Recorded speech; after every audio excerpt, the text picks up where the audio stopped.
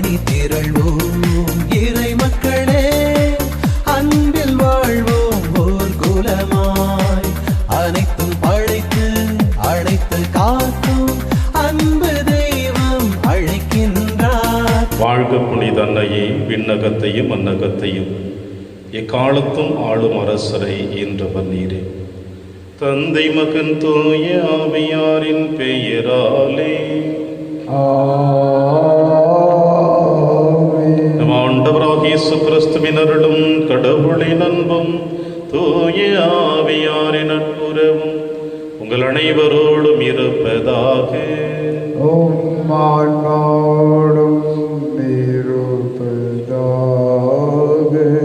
கிறிஸ்து இயேசுவில் எனக்கு பிரியமான என் அன்புமிக்க சகோதர சகோதரிகளே, மாதத்தின் முதல் சனிக்கிழமை அன்னை மரியாளுக்கு ஒப்பு கொடுக்கப்பட்ட ஒரு புனிதமான நாள்.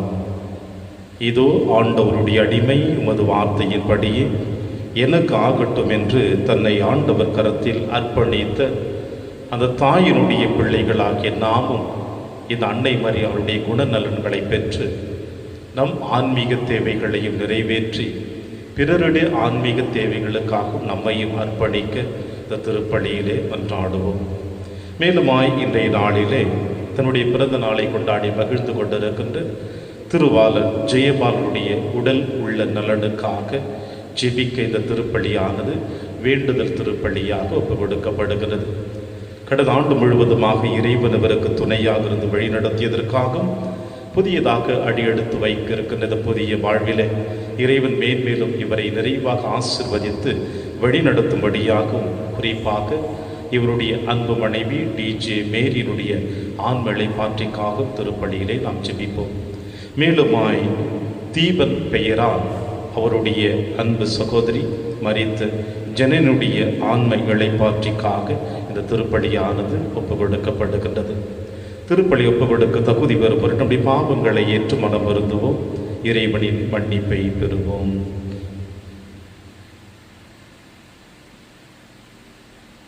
இல்லாமல்ல இறைவனிடமும் சகோதர சகோதரிகளே, உங்களிடமும் நான் பாவியினை ஏற்றுக்கொள்கின்றேன். ஏனெனில் என் சிந்தனையாலும் சொல்லாலும் செயலாலும் கடமையில் தவறியதாலும் பாவங்கள் பல செய்தேன். என் பாவமே, என் பாவமே, என் பெரும் பாவமே.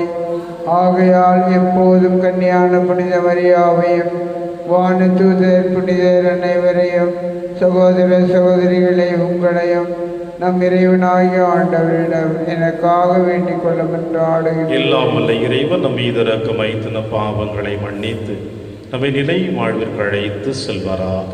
ஆமென். ஆண்டவரே இரக்கமாயிரும். ஆண்டவரே இரக்கமாயிரும். கிறிஸ்துவே இரக்கமாயிரும். கிறிஸ்துவே இரக்கமாயிரும். ஆண்டவரே இரக்கமாயிரும். ஆண்டவரே இரக்கமாயிரும். மன்றாடுவோமாக. ஆண்டவரே, இறையும் அடியார்களாகிய நாங்கள் என்றும் மன உடல் நலம் பெற்று மகிழ செய்தருளும். என்னும் கன்னியான மாட்சி நிறைந்த புனித மரியாவின் பரிந்துரையாள் இன்றைய துயரங்களிலிருந்து விடுதலை பெறவும் நிலையான பேரின்பத்தை துய்த்துணரவும் எங்களுக்கு அருள்வீராக. உம்மோடும் தூயாவியாரின் ஒன்றைப்பில் இறைவனாய் என்றென்றும் வாழ்ந்து ஆட்சி செய்கிறீர்கள் ஆண்டவர் இயேசு கிறிஸ்து வழியாக உம்மை மன்றாடுகின்றோம். என்னை அனுப்பியவரிடம் போகிறேன், நீங்களோ கடவுளை போற்றுங்கள். தோபித்து நூலில் இருந்து வாசகம். பிரிவு 12 உட்பிரிவு 1 5 முதல் 15 முடிய மற்றும் 20. அந்நாள்களில் திருமண விழா முடிந்ததும் தோபித்து தம் மகன் தோபியாவை அழைத்து, மகனே, உன்னுடன் பயணம் செய்த இளைஞருக்கு இப்பொழுது சம்பளம் கொடுத்துவிடு, உரிய தொகையை விட மிகுதியாகவே கொடு என்றார். பின்னர் ரபேலை அழைத்து, நீர் கொண்டு வந்த அனைத்திலும் பாதியை சம்பளமாக எடுத்துக்கொண்டு நலமே சென்று வருக என்று கூறினார். அப்பொழுது ரபேல் அவர்கள் இருவரும் தனியாக அழைத்து பின்வருமாறு கூறினார். கடவுளை புகழுங்கள், அவர் உங்களுக்கு செய்த நன்மைகளை எல்லா உயிர்கள் முன்னும் அறிக்கையிடுங்கள். அவரது பெயரை புகழ்ந்து பாடுங்கள். மனிதர் அனைவரும் முன்னும் கடவுளின் செயல்களை போற்றி புகழ்ந்து அறிக்கையிட தயங்காதீர்கள். மன்னரின் இரகசியத்தை காப்பது சிறந்தது. கடவுளின் செயல்களை எடுத்துரைப்பதும் அறிக்கையிடுவதும் அதனினும் சிறந்தது. நல்லதை செய்யுங்கள், தீமை உங்களை அணுகாது.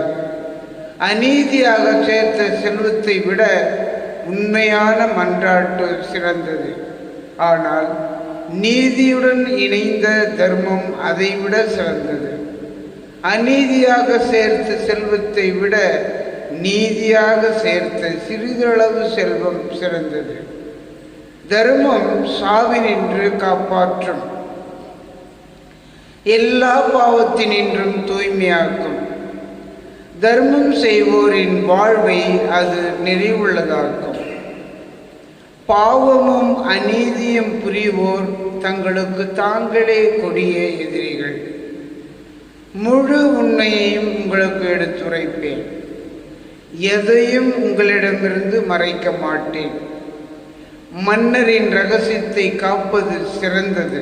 கடவுளின் செயல்களை எடுத்துரைப்பது அதனினும் சிறந்தது என்பது முன்பே உங்களுக்கு சொல்லியிருக்கிறேன்.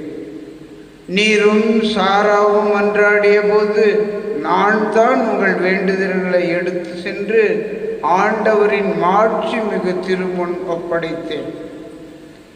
இறந்தோரை நீர் புதைத்து வந்தபோது நான் அவ்வாறே செய்தேன். நீர் உணவு அருந்துவதை விட்டு எழுந்து வெளியே சென்று இறந்தோரை அடக்கம் செய்ய தயங்காத போது நானே உம்மை சோதிக்க அனுப்பப்பட்டேன். அதேபோல் உமக்கும் உம் மருமகள் சாராவுக்கும் நலம் அருள கடவுள் என்னை அனுப்பினார். நான் ரபேல், ஆண்டவருடைய மாட்சி மிகு திருமுன் பணிபுரியும் 7 வானதூதர்களுள் ஒருவர். இப்பொழுது உலகில் இருக்கும் பொழுதே ஆண்டவரை போற்றுங்கள், கடவுளது புகழை அறிக்கையிடுங்கள். இதோ நான் என்னை அனுப்பியவரிடமே திரும்புகிறேன். உங்களுக்கு நிகழ்ந்த இவற்றையெல்லாம் எழுதி வையுங்கள் என்றார். பின்னர் விண்ணகம் நோக்கி சென்றார். இது ஆண்டவர் வழங்கும் அருள்வாக்கு. இறைவனுக்கு நன்றி.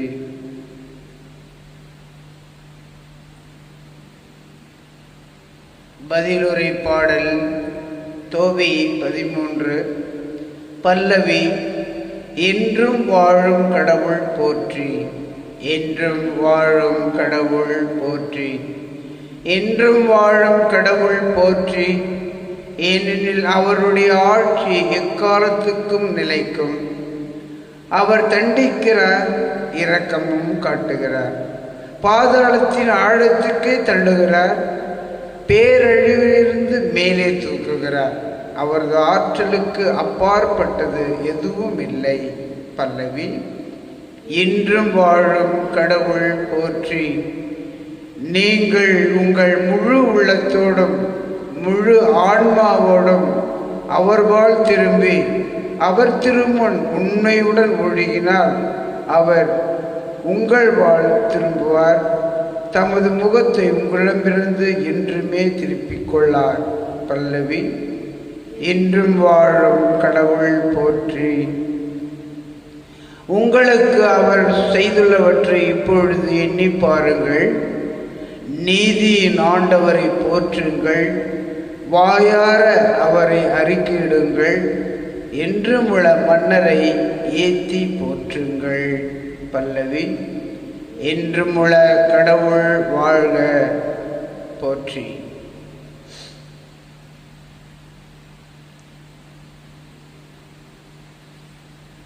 வாழ்த்தொலி. அல்லேலூயா, அல்லேலூயா. ஏழையரின் உள்ளத்தோர் பேறு பெற்றோர், ஏனெனில் விண்ணரசு அவர்களுக்கு உரியது. அல்லேலூயா. ஆண்டவர் உங்களோடு இருப்பாராக. உம் ஆன்மாவோடும் இருப்பாராக. துயமார் எழுதிய பரிசுத்த நற்செய்தியிலிருந்து வாசகம். ஆண்டவரே, மாட்சி உமக்கே. இயேசு கற்பித்துக் கொண்டிருந்த பொழுது, மறைநூல் அறிஞர்களை குறித்து கவனமாயிருங்கள். அவர்கள் தொங்கல் ஆடை அணிந்து நடமாடுவதையும் சந்தை வெளிகளில் மக்கள் தங்களுக்கு வணக்கம் செலுத்துவதையும் விரும்புகிறார்கள். தொழுகை கூடங்களில் முதன்மையான இருக்கைகளையும் விருந்துகளில் முதன்மையான இடங்களையும் பெற விரும்புகிறார்கள். கைம்பெண்களின் வீடுகளை பிடுங்கிக் கொள்கிறார்கள். நீண்ட நேரம் இறைவனிடம் வேண்டுவதாக நடிக்கிறார்கள். கடும் தண்டனை தீர்ப்புக்கு ஆளாக இருப்பவர்கள் இவர்களே என்று கூறினார். இயேசு காணிக்கை பெட்டிக்கு எதிராக அமர்ந்து கொண்டு மக்கள் அதில் செப்பு காசுகளை போடுவதை உற்று நோக்கி கொண்டிருந்தார். செல்வர் பலர் அதில் மிகுதியாக போட்டனர். அங்கு வந்த ஒரு ஏழை கைம்பெண் ஒரு கொதிராந்துக்கு இணையான 2 காசுகளை போட்டார். அப்பொழுது அவர் தம் சீடரை வரவழைத்து, இந்த ஏழை கைம்பெண் காணிக்கை பெட்டியில் போட்ட காசு மற்ற எல்லாரையும் விட மிகுதியாக போட்டிருக்கிறார் என உறுதியாக உங்களுக்கு சொல்லுகிறேன். ஏனெனில் அவர்கள் அனைவரும் தங்களுக்கு இருந்த மிகுதியான செல்வத்திலிருந்து போட்டார்கள். இவரோ தமக்கு பற்றாக்குறை இருந்தும் தம்மிடம் இருந்த அனைத்தையுமே, ஏன் தம் பிழைப்புக்காக வைத்திருந்த எல்லாவற்றையுமே போட்டுவிட்டார் என்று அவர்களிடம் கூறினார். ஆண்டவரின் அருள்வாக்கு. கிறிஸ்துவே, உமக்கு புகழ்.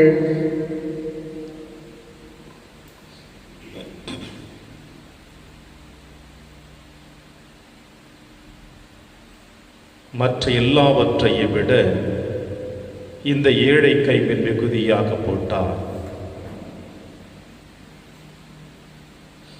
கிறிஸ்து இயேசுவில் எனக்கு பிரியமான என் அன்பு சகோதர சகோதரிகளே, நம்முடைய தமிழிலே ஒரு சொல்லாடல் ஒன்று நாம் கேள்விப்பட்டிருப்போம். வேலியே பயிரை மேய்தல் என்று. ஒரு நல்ல நிலத்திற்கு பாதுகாப்பு அரணாக நிலத்தில் பயிரிடப்பட்ட பயிர்கள் பாதுகாக்கப்பட வேண்டும் என்பதற்காக தன்னுடைய நிலத்திற்கு வேலியை பாதுகாப்பு அரணாக விவசாயி அமைப்பதை நாம் காணுகிறோம். இந்த வேலியானது பயிரை பாதுகாக்கக்கூடிய வேலை. ஆனால் இந்த வேலிகளே பயிர்களை மேய்து விட்டால் அதன் பலன் என்ன என்பது ஒரு கேள்விக்குறியாக காணப்படுகிறது. ஏறக்குறை இன்றைய நற்செய்தி வாசகத்தினுடைய முதல் அத்தியாயம் இதைத்தான் வெளிப்படுத்துகிறது என்பதை ஆண்டவர் சொல்லுகிறார்.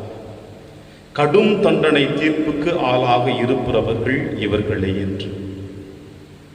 ஏனென்றால் இந்த மறைநூல் அறிஞர்கள் யார்? இவர்களை ஏன் மறைநூல் அறிஞர்கள் என்று அழைக்கப்படுகிறார்கள்? இவர்களுடைய பணி என்ன என்று நாம் சற்று ஆராய்ந்து தேடி பார்த்தோம் என்றால், இந்த மறைநூல் அறிஞர்கள் அனைவருமே தன்னிடம் ஒப்படைக்கப்பட்ட மக்களுக்கு பாதுகாப்பு கொடுக்கக்கூடியது, இறை வார்த்தையை மக்களுக்கு எடுத்து போதிக்கக்கூடியது, தங்களுடைய சொல்லிலும் செயலிலும் தூய்மையை, அதாவது இறைவனை காட்டக்கூடியவர்கள் தான் இந்த மறைநூல் அறிஞர்களாக இருக்க வேண்டும். இப்படி அவர்களுக்கென்று ஒரு கடமைகளை இறைவனாலும் மக்களாலும் தேர்ந்தெடுக்கப்பட்டு ஒப்படைக்கப்பட்ட இந்த மக்கள், இந்த மறைநூல் அறிஞர்கள் எப்படி காலப்போக்கிலே தங்களுடைய வாழ்க்கையை அமைத்துக் கொள்கிறார்கள் என்பதை இயேசு வெளிப்படுத்துகிறார். இவர்களை பற்றி நீங்கள் கவனமாக இருங்கள். ஏனென்றால் மக்கள் மத்தியிலே தங்களுடைய வாழ்க்கையிலே ஒரு மாற்றத்தை வெளிப்படுத்த விரும்பினார்கள். தங்களுடைய ஆடைகளில் ஒரு சில மாற்றங்கள், தங்கள் வார்த்தைகளில் ஒரு சில மாற்றங்கள், தங்களுடைய செயல்பாடுகளில் ஒரு சில மாற்றங்கள், இவை அனைத்துமே மக்களை இறைவனோடு அவர்களுடைய வாழ்க்கை வழியோடு அழைத்து செல்ல வேண்டும். ஆனால் இவற்றை ஒருபுறம் ஒதுக்கி வைத்துவிட்டு உடைகளில் மாற்றம், வார்த்தையில் மாற்றம், வாழ்க்கையில் மாற்றம், இவை அனைத்தையுமே எதை குறிக்கிறது என்றால் தங்களுடைய அழிந்து போகக்கூடிய வாழ்க்கையினுடைய உயரத்தை தான் கூட்டியதை ஒழிய அழியாமல் இருக்கக்கூடிய ஆன்மீக வாழ்வு கீழே தள்ளப்பட்டு விட்டது அவர்களால். அவர்களுடைய வாழ்வு நிலையற்ற ஒன்றை தேடி நிலையான வாழ்வை அழித்து கொண்டவர்கள் இவர்கள். நிலையற்ற ஒன்றை தேடி நிலையான வாழ்வை அழித்து கொண்டவர்கள் இந்த மறைநூல் அறிஞர்கள். தங்களிடம் ஒப்படைக்கப்பட்ட மக்களையும் அவர்கள் தனி விதத்திலே வழிநடத்தினார்கள். இப்படி மக்களை வழிநடத்த வேண்டும் என்று ஒப்படைக்கப்பட்ட வாழ்க்கையினை ஒருபுறம் ஒதுக்கி வைத்துவிட்டு தங்களுடைய அழிந்து போகக்கூடிய வாழ்க்கை தரத்தையே உயர்த்தி உயர்த்தி பழகு பார்த்தார்கள். எனவேதான் வரையுரையின் ஆரம்பத்தில் சொன்னது போல வேலியே பயிர்களை மேயக்கூடிய கொடூரமான நிலைமை ஏற்பட்டு விட்டது. எனவே இயேசு அற்புதமாக சொல்லுகிறார், இவர்கள்தான் தண்டனை தீர்ப்புக்கு உள்ளாக்கப்படுவார்கள், நீங்கள் கவனமாயிருங்கள். இப்படி மக்களுக்கு கற்பித்து கொண்டு விட்டு இறுதியாக ஆண்டவர் இயேசு கிறிஸ்து காணிக்கை பெட்டியின் அருகிலே அமர்ந்து கொள்கிறார் என்பதையும் இன்றைய நற்செய்தி வாசகத்தினுடைய 2வது அத்தியாயம் சொல்லுகிறது. இன்றைய காலகட்டங்களிலே காணிக்கை இடுவது என்பது 2 விதமாக காணப்படுகிறது. ஒன்று மறைமுகமான காணிக்கை, இன்னொன்று ஆடம்பரமான காணிக்கை. மறைமுகமான காணிக்கை என்பது மக்கள் மத்தியிலே யாருக்கும் விளம்பரம் இல்லாமல் அமைதியான விதத்திலே எத்தனையோ நல் உள்ளங்கள் இறைவன் தங்களுக்கு கொடுத்ததை காணிக்கையாக உதவிகளாக செய்து கொண்டே இருக்கிறார்கள். மறைவாக உள்ளம் தந்தை காணுவார் அதை என்று சொல்லி. ஆனால் ஆடம்பரமாக உள்ள காணிக்கை என்ன என்பதையும் நாம் நன்றாக அறிந்து வைத்திருக்கிறோம். ஏன் நம்முடைய வாழ்க்கையிலும் இதை பல நேரங்களிலே செய்தும் இருக்கிறோம். நானும் என் குடும்பமும் இந்த சமுதாயத்திலே காணப்பட வேண்டும் என்பதற்காக நம்முடைய சிறிய சிறிய காணிக்கைகள் கூட விளம்பரமாக வெளிப்படுத்தப்படக்கூடிய அவல நிலைக்கும் நாம் தள்ளப்பட்டிருப்பதையும் உணர்ந்திருக்கின்றோம். இயேசு காணிக்கை பெட்டியிலே அருகில் அமர்ந்து கொண்டிருக்கிற பொழுது எத்தனையோ உள்ளங்கள் காணிக்கை போட்டார்கள். ஆனால் அவர்கள் அனைவருடைய காணிக்கை இறைவனால் ஏற்றுக்கொள்ளப்படவில்லை. ஒருவருடைய காணிக்கை மட்டும் நான் ஏற்றுக்கொண்டது. அது யாருடைய காணிக்கை என்றால் ஏழை கைம்பெனுடைய காணிக்கை ஏற்றுக்கொள்ளப்பட்டது. தன்னிடம் இருப்பது, நாளை ஒருவேளை உணவுக்காக வைத்திருப்பது, அனைத்தையும் நம்பிக்கையோடு ஆண்டவருடைய திருப்பாதத்திலே வந்து விட்டேன், நாளை அவர் என்னை காப்பாற்றுவார் என்ற நம்பிக்கையோடு இருப்பதையும் ஆண்டவருடைய அந்த காணிக்கை பெட்டியில் இட்டாலே அந்த பெண்ணானவள் அந்த ஒரு நிமிடமே அவள் கடவுளுடைய பார்வையில் வெளியேற பெற்றவளாக உயர்ந்தவளாக காணப்பட்டாள். அவளுக்கு அனைத்தும் கொடுக்கப்படும் என்று இயேசு சொல்லுகிறார். பிரியமான என் அன்பு தேவ பிள்ளைகளே, அன்னை மரியாளும் இப்படித்தான் பெண்களுக்குள் ஆசீர்வதிக்கப்பட்டவள், இயேசுவையை கருதாங்கக்கூடியவள், ஜென்ம பாவல் அவள் பிறந்தவள், விண்ணக மண்ணக அரசியாக உயர்த்தப்பட போறவள், உடலோடும் ஆன்மாவோடும் விண்ணகத்தை எடுத்துச் செல்லப்பட்டவள். இப்படி எல்லா நிலைமைகளிலும் உயர்த்தி அழகு பார்க்கப்பட்ட இந்த பெண்ணானவள் தன்னை அடிமை என்று ஆண்டவர் கரத்திலே அர்ப்பணித்தாள். அனைத்தையும் ஆண்டவரிடத்தில் ஒப்பு கொடுத்து விட்டாள். எனவே தான் அன்னை மரியாள் என்று உங்களுக்கும் எனக்கும் இறைவனுக்கும் தாயாக காணப்படுகிறாள். மறைநூல் அறிஞர்களைப் போல தங்களை உயர்த்தி அவள் வாழவில்லை, மாறாக தன்னை தாழ்த்தி கொண்டாள் அன்னை மரியாள்.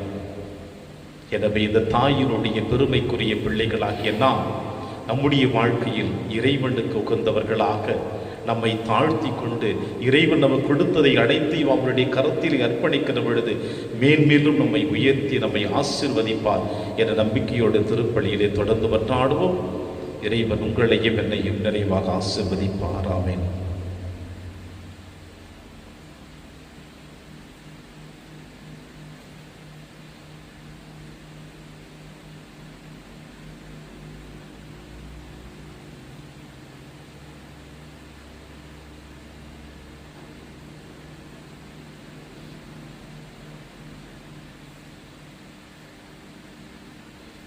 ஆண்டவரை அனைத்துலக நிறைவானீர் வாழ்த்த பெறுவீராக. ஏனெனில் வல்லமையிலிருந்து நாங்கள் அப்பத்தை பெற்றுள்ளோம். நிலத்தின் விளைவு மனித உழைப்பின் பயனுமானது அப்பத்தை வகுப்பு கொடுக்கின்றோம். இது எங்களுக்கு வாழ்வழிக்கும் அப்பமாக மாறும். இறைவன் என்றென்றும் வாழ்த்து பெறுவாராக.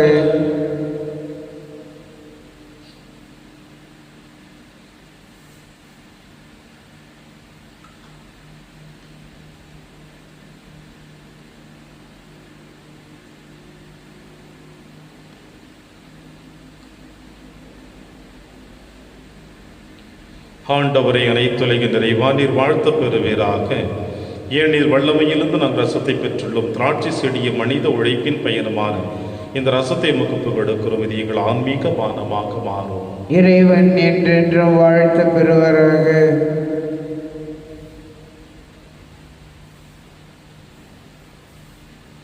சகோதர சகோதரிகளை, என்னுடையதும் உங்களுடையதுமான இப்பலி எல்லாமுள்ள தந்தையாக இறைவனுக்கு ஏற்றதாகும்படி செவியுங்கள்.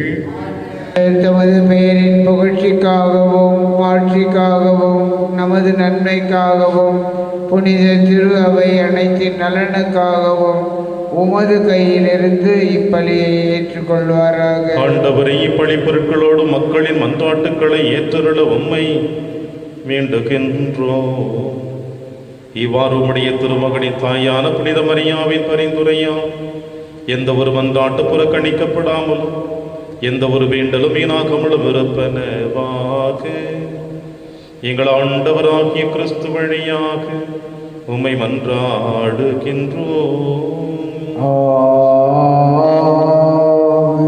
ஆண்டவங்களோடு இருப்பாராக.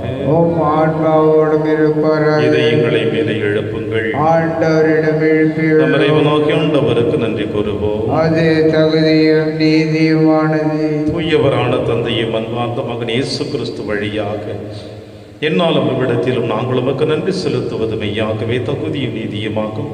எங்கள் கடமையை மீட்புக்குரிய செயலுமாகும். வார்த்தையான அவர் வழியாகவே அனைத்தையும் படைத்தீர். அவரையும் மீட்பராகவும் ஈடேற்றுபவராகவும் எங்களுக்கு அனுப்பினீர். அவர் தூய ஆவியார் உடலெடுத்து கன்னி மரியாவிடமிருந்து பிறந்தார். அவர் உமது திருவுளத்தை நிறைவேற்றி புனித மக்களை எமக்கு பெற்றுத்தர தம் கைகளை விரித்து பாடுபட்டார். இவ்வாறு அவர் சாவை வென்று உயிர்ப்பை வெளிப்படுத்தினார். ஆகவே வானக தூதரோடு புனிதர் அனைவரோடும் சேர்ந்து நாங்கள் உமது மாட்சியை புகழ்ந்து பாடி ஒரே குரலாய் சொல்லுவதாவது: தூயவர் தூயவர் தூயவர், வான்படைகளின் கடவுளாம் ஆண்டவர். விண்ணகமும் மன்னகமும் உமது மாட்சியால் நிறைந்துள்ளன. உன்னதங்களிலே ஓசன்னா. ஆண்டவர் பேரால் வருகிறவர் ஆசி பெற்றவர். உன்னதங்களிலே ஓசன்னா.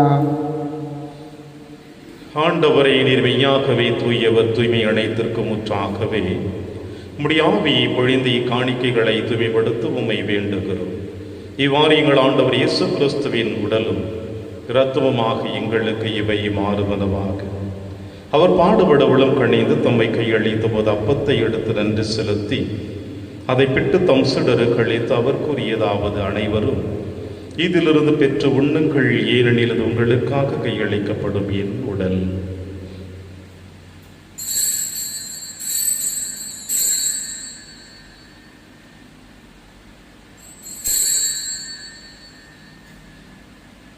அவர் நம்மை இரவிருந்தை அருந்திய பின் கிண்ணத்தையும் எடுத்து மீண்டும் நன்றி கூறி தம் சிடர்களுக்கு அளித்து அவர் கூறியதாவது: அனைவரும் இதிலிருந்து பெற்று பருகுங்கள், ஏனெனில் இது புதிய நிலையான உடன்படிக்கைக்குரிய என் இரத்தத்தின் கிண்ணம். இது பாவ மன்னிப்புக்கென்று உங்களுக்காகவும் பலருக்காகவும் சிந்தப்படும். இதை என் நினைவாக செய்யுங்கள்.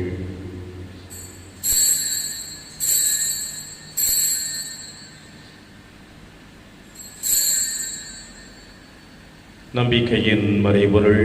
ஆண்டவரே, நீர் வருமளவும் உமது இறப்பினை அறிக்கையிடுகின்றோம், உமது உயிர்ப்பினையும் எடுத்துரைக்கின்றோம். ஆகவே ஆண்டவரே, நாங்கள் கிறிஸ்துவின் இறப்பினையும் உயிர்ப்பினையும் நினைவு கூர்ந்து வாழ்வு தரும் அப்பத்தையும் மீட்பளிக்கும் கிண்ணத்தையும் வகுப்பு கொடுக்கின்றோம். உம் திருமுன் நமக்கு ஊழியை புரிய தகுந்தவர்கள் இணையங்களை ஏற்றுக்கொண்டீர். இணைவுமக்கு நன்றி செலுத்துகின்றோம். மேலும் கிறிஸ்துவின் உடலிலும் ரத்தத்திலும் பங்கு கொண்ட எங்களை தூய ஆவியார் ஒன்று சேர்க்க வேண்டும் என உம்மை தாழ்மையுடன் மன்றாடுகின்றோம். ஆண்டவரை, உலகெங்கும் பரவி இருக்கும் திரு அவை நினைவு கூர்ந்திருளும் எங்கள் திருத்தந்தை பிரான்சிஸ், எங்கள் ஆயர் ஆண்டனி சுவாமி எல்லா திருநீராக நடைபெறும் திரு அவை அன்பில் நிறைவு பெற செய்திருளும். தந்தையே, நீரில் அழைத்து கொண்ட டிஜே மேரி மற்றும் ஜனனி என்னும் அடியார்களை நினைவு கூர்ந்தருளும். திருமகனோடு அவரது இறப்பில் இணைக்கப்பட்டிருந்த இவர்கள் உயிர்ப்பிலும் அவரை போல் இருக்க செய்திருளும். மேலும் உயிர்த்தெழும் எதிர்நோக்குடன் துயில் கொள்ளும் எங்கள் சகோதர சகோதரிகளையும் இருந்தோர் அனைவரையும் இரக்கத்துடன் நினைவுகூர்ந்து திருமுக வழியில் ஏற்றிருளும். எங்கள் அனைவர் மீதும் இரக்கமாயும்.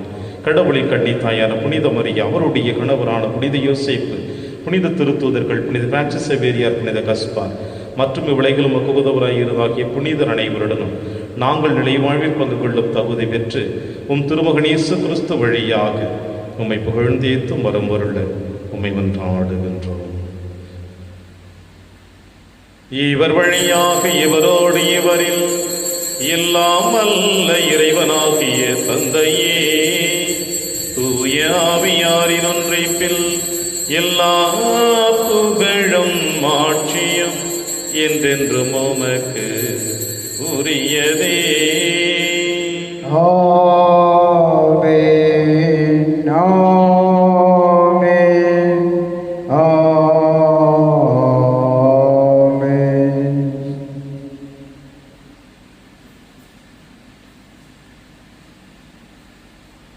மீட்பரின் கட்டளையால் கற்பிக்கப்பட்டு இறை படிப்பினையால் பயிற்சி பெற்ற நாம் அனைவரும் துணிந்து சொல்வோம். விண்ணுலகில் இருக்கிற எங்கள் தந்தையே, உமது பெயர் தூயது என போற்று பெறுக.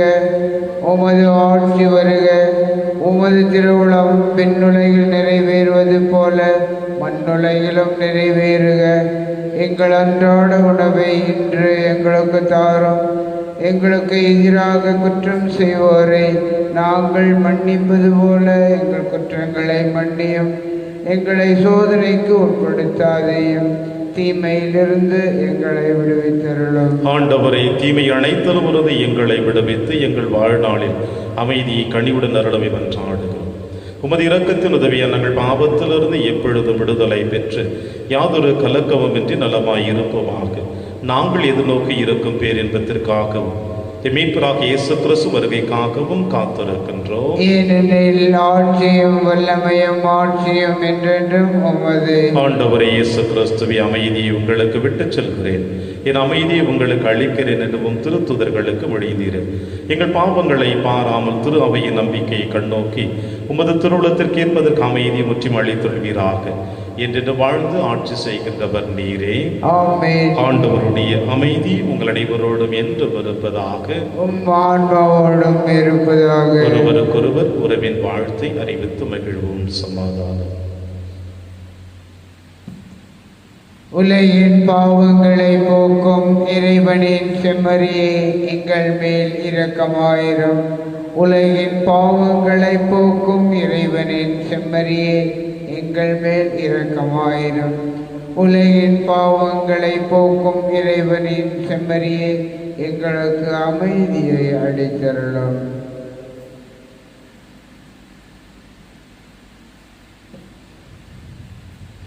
இதோ இறைவனின் செம்மறி, இவரை நம் அனைவரின் பாவங்களை போக்குகின்றவர். செம்மறியின் விருந்திற்கு அழைக்கப்பெற்ற நாம் அனைவரும் பேறு பெற்றோர். ஆண்டவரே, நீர் என் இல்லத்தில் எழுந்தருள நான் தகுதியற்றவன். ஆனால் ஒரு வார்த்தை மட்டும் சொல்லியருளும், எனது ஆன்மா நலம் அடையும். கிறிஸ்துவின் திருவுடலும் திருத்தும் காத்து நமக்கு நிலையான வாழ்வளிப்பதாக. ஆமென்.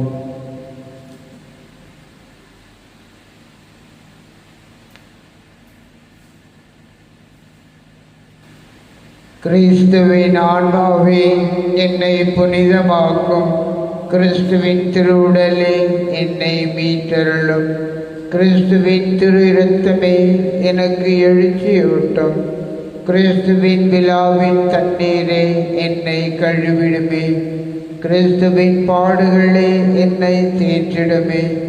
ஓ நல்ல இயேசுவே, எனக்கு செவிசாயும். உம் திருக்காயங்களுள் என்னை மறைத்தருளும். உம்மிடமிருந்து என்னை பிரிய விடாதேயும். தீய பகைவரிடமிருந்து என்னை காத்தருளும்.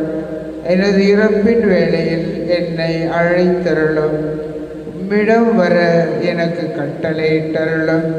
புனிதர்களோடு எக்காலமும் உம்மை புகழ செய்யும். ஆமென். என்றும் உள்ள தந்தையின் மகனை தாங்கிய கன்னிமரியாவின் திருவயிறு பேறு பெற்றது. நன்றி கூறி மன்றாடுவோமாக. ஆண்டவரே, விண்ணக உணவை உட்கொண்ட நாங்கள் உமது கனிவை வேண்டுகின்றோம். என்றும் கண்ணியான புனித மரியாவின் நினைவு கொண்டாட்டத்தில் மகிழ்வரும் நாங்கள் அதே கண்ணியை கண்டு பாவித்து எங்கள் மீட்பின் மறையுண்மையை பெற நாங்கள் தகுதி பெறுவோமாக. எங்கள் ஆண்டவராகிய கிறிஸ்து வழியாக உம்மை மன்றாடுகின்றோம்.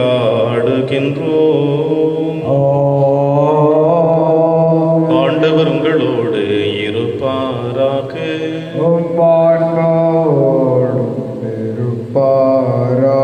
எல்லாம் வல்ல இறைவன் தந்தை மகன் தூயாவியார் உங்கள் அனைவரையும் நிறைவாக ஆசீர்வதிப்பாராக.